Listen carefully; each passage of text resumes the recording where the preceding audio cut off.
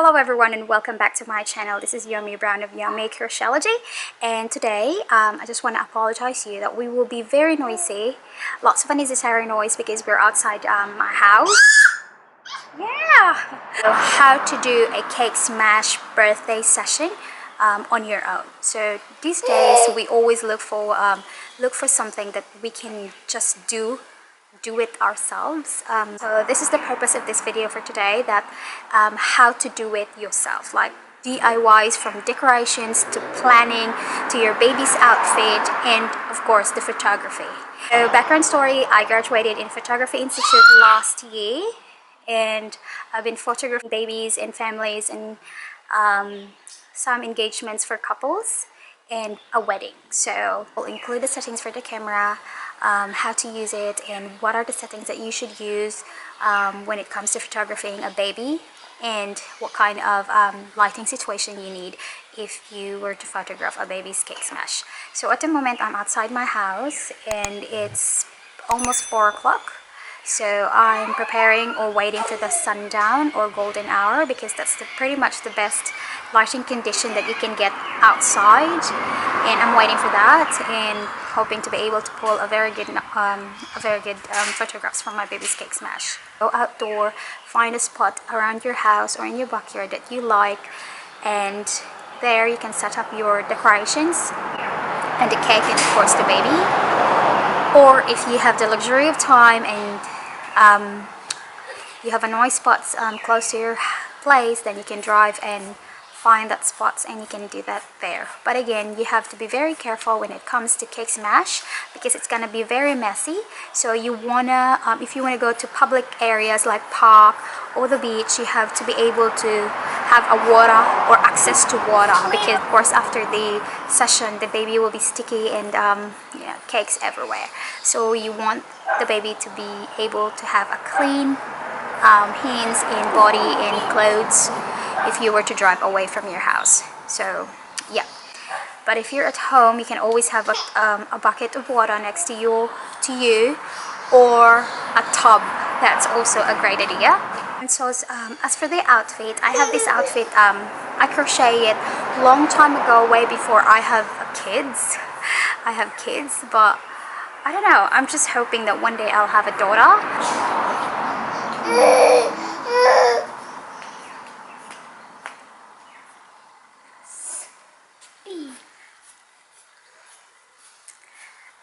So I crocheted it way before I even have kids, and yeah, I was hoping to have a baby girl, but my firstborn is a boy, so I wasn't able to use it for a very long time. But now it's still a bit bigger for her, but well, it's adjustable at the back, so it will be alright. So I will be using this. I made this ages ago. You should have something that you don't mind disregarding afterwards, something that you know, you just have to throw afterwards because it will be messy and it will be stained like from the cake. In my case, well, I always wanted to use this, so I don't mind, you know, this one have a stain or something. Yes, that's the baby to be photographed later.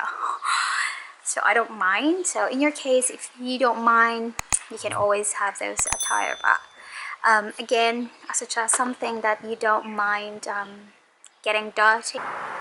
So from now on, I will switch using my phone instead of my camera, because my camera is the one who will take picture of my baby's cake smash. I'll walk you through how I did it, what I did with my baby's first birthday cake smash, and well, it turns all right for me. So I hope it turns all right for you too, and I hope you will be able to pull it. And let's proceed to the video. So I have here my sunflower, and for some reason it has a yellow middle or center, so I have to paint it black because I want it to have a black center. So I just use a kid's painting, like there's nothing special about the paint, and I just paint the center of my sunflower black. And I think I got it from Amazon a long time ago, and it's been stuck in my garage for ages because I don't know, I didn't have a vase for this, so now I can use this to decorate or use it for my cake smash decoration. So if you have those stuffs at home that's been stuck and not been used, you can always use that. And I always wanted to have a banner that says one, but I'm running out of time, so I just freehand trace a letter. But if you're very particular with your letters, so you can always download a stencil or a letter from the internet and you can trace that. And I have here a fake vines and I twine it around my banner and it will be the background of my cake smash. And I have here a pre-made or a cake that I just bought from the groceries. It's a very cheap cake. I just put some cream at the side. I don't know why I did that, but I feel like doing that. And I have here a real sunflower. Again, this is from the groceries, and I have to wrap it with cling wrap and put it in my cake. Okay, if you are doing this, make sure you also wrap it with cling wrap before putting it on the cake. So this is my setup looks like. Most of the stuffs that you see here are already on them. Mostly I've got them from Amazon, from Kmart and the local craft store. I have a fabric of tulle to cover my driveway. I have a wooden crate to give a rustic image, and of course a tub for later to wash your baby. This is what it looks like now. I have a fairy lights at the back and fake vines and with the lettering one, and of course a bird cage. So this is the settings that I use with my camera. I am in manual mode, so I have total control with my camera. But if in any case you're not using a digital SLR, you're using probably a phone, a point and shoot, or a bridge camera, that will also work. Whatever you have will always work. As they say, the best camera is the one that you've got. But if you're using a digital SLR, you can use this as a guide to set up your camera.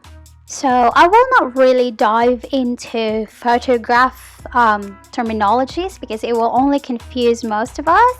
So to simplify everything here, Mr. Aperture here is the guy that actually gives you a blurry, creamy background. So you want it open up. When you say open up, lower number like 2, 1, 1.8, 1.4. That's open up. You want it open up so you have a blurry background. Mr. Shutter Speed here, you want it up more than 250 to 300 and 400 because this guy here is the one that freezes your children's movement. Babies move too much and you don't want them to have a blurry movement. Shutter speed here will help you freeze their movement. And while Mr. ISO here, try to stay 100 because the more you go up with ISO, it only gives a grainy or noise in the picture.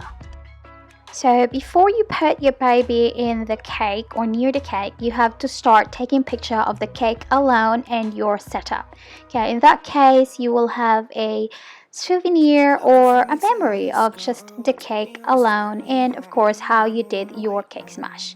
And then of course, you have to put your baby here and fire quickly. Okay, you have to take picture quickly. If your camera can keep up 7 pictures per second, do it, or the more picture you click in a second, the better, because kids move too much. Every moment, every movement is very precious, and you have to be quick too. You have to actually keep up with their movement.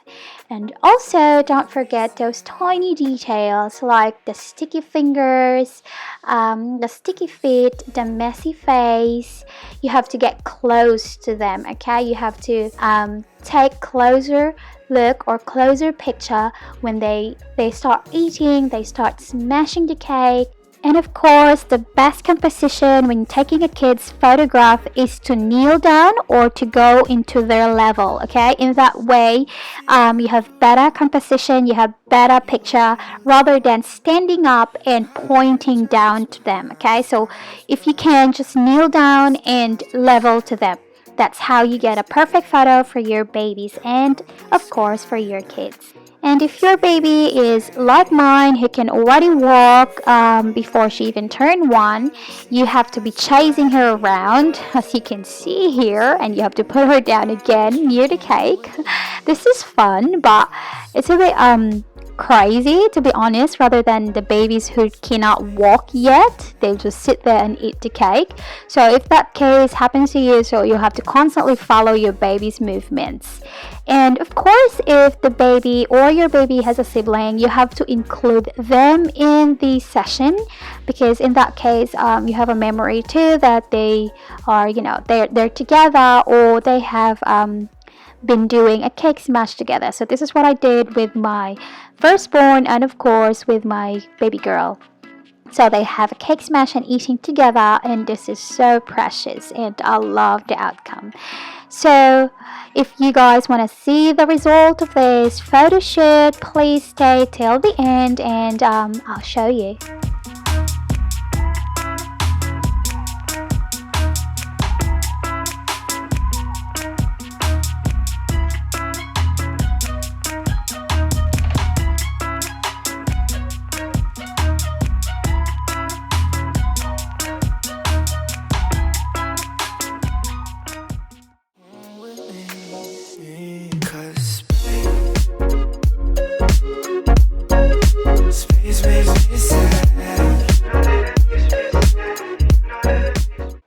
And this is the second part of the cake smash. You have to have a bucket full of water, or anything that you want to use, a bucket, a tub, or anything, and wash them there. And at the same time, have fun. Of course, the baby loves water. They love splashing water. And of course, I will take picture, because again, this is part of cake smash, and it's really been going on around. Photographers and mummies love that. So you can also try that yourself at home, or whatever you choose as the location for your cake smash. So there you go. I think that's pretty much it when it comes to cake smash, and let's see the end result.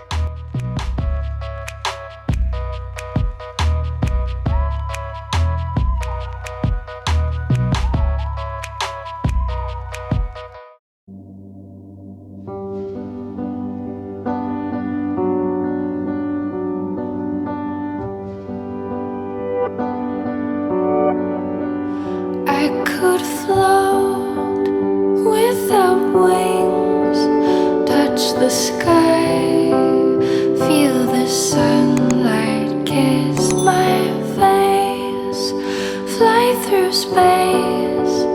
If I knew it would bring me close to you.